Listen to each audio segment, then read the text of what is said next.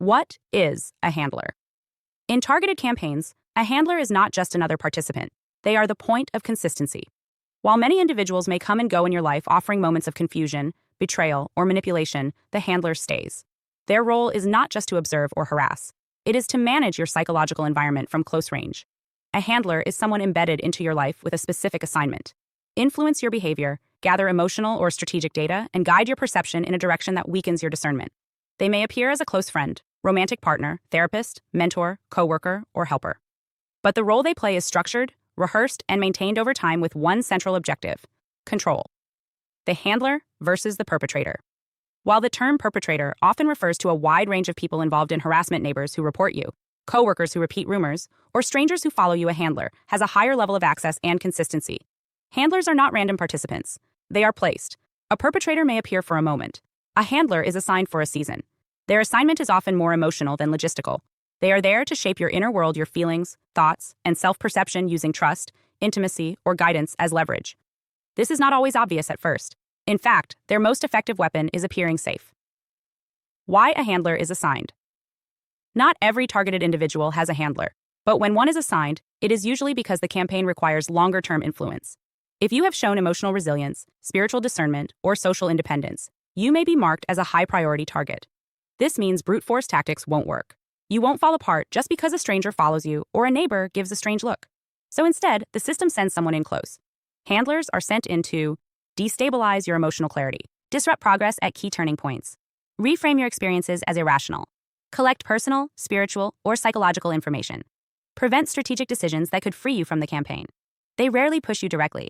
Instead, they steer gently, offering comfort that weakens your independence or guidance that sends you in the wrong direction. Their goal isn't to attack, it's to shape. How they enter your life. A handler never introduces themselves as one.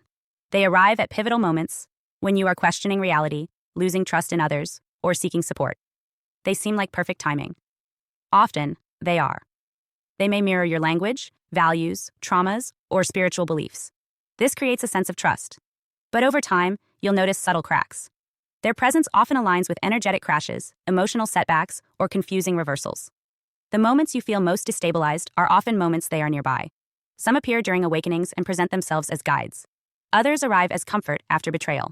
What they all share is their access point: emotion. Signs. You're dealing with a handler. Handlers are not always abusive in obvious ways. Many are disarming, soft-spoken, or helpful. That's why the signs must be tracked through patterns, not through single incidents. Common indicators include emotional shifts after contact. You feel clear before the interaction and confused after. Repetitive sabotage loops. Opportunities fall apart when they are involved. Dissonance between words and actions. They say one thing and do another, subtly but consistently. Predictable presence during breakdowns. They appear right before or after something destabilizing happens. Strategic emotional grooming. They ask deeply personal questions, but offer little vulnerability in return. Rewriting your memories. They suggest your perception is flawed, even when you're clear on the facts. Handlers often discourage you from documenting, comparing notes, or trusting your own pattern recognition.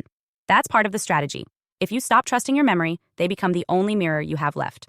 Spiritual or emotional contracts. Optional framing. For individuals who use spiritual frameworks, handlers may not just be assigned psychologically. They may be connected through energetic contracts. These can include karmic loops, trauma bonds, or unresolved lineage agreements. While this framing may not apply to every reader, it can explain why some relationships feel too fated to be coincidental, and why breaking free requires more than just blocking a number. From this lens, some handlers operate through energetic access points. They may arrive after spiritual breakthroughs or heightened awareness, as if guided by something beyond chance. They tap into unhealed wounds, inherited patterns, or spiritual blind spots. Recognizing this layer doesn't make the situation mystical, it makes it complete. Not every betrayal is a handler, but every handler betrays. Not everyone who harms you is a handler. Some people cause damage unintentionally. Some participate out of ignorance, fear, or confusion. But a handler's betrayal is patterned, strategic, and repeatable. The damage they cause isn't accidental. It's assigned. The more clearly you see the pattern, the less power they have. Handlers operate best in the shadows of your trust. When you turn the lights on, they lose control of the script. Clarity cuts the connection. You don't need to expose them to others. You need to expose the role to yourself. Hi, I'm Adeline Atlas, 11 times published author, and what you just watched is part of my signature program, the Chosen One series inside School of Soul. This series is not just a course, it's a blueprint for those who know they were different from the start: the black sheep, the scapegoat, the truth teller, the cycle breaker. Inside, you'll discover the family roles playbook, the golden child, the scapegoat, the enabler, the lost child. And how to finally step out of the part you were cast in without consent. How the black sheep becomes the goat, turning rejection into radical transformation in leadership. How to break generational curses and rewrite ancestral contracts so the pain stops with you. And how to recognize and escape modern forms of spiritual and technological targeting, from gangstalking to synthetic synchronicity. This isn't just about survival. It's about awakening, about reclaiming your voice, your lineage, and your destiny as one of the chosen ones. Click the link below to access the full series now, because the role ends the moment you decide it does, and the real script begins with you.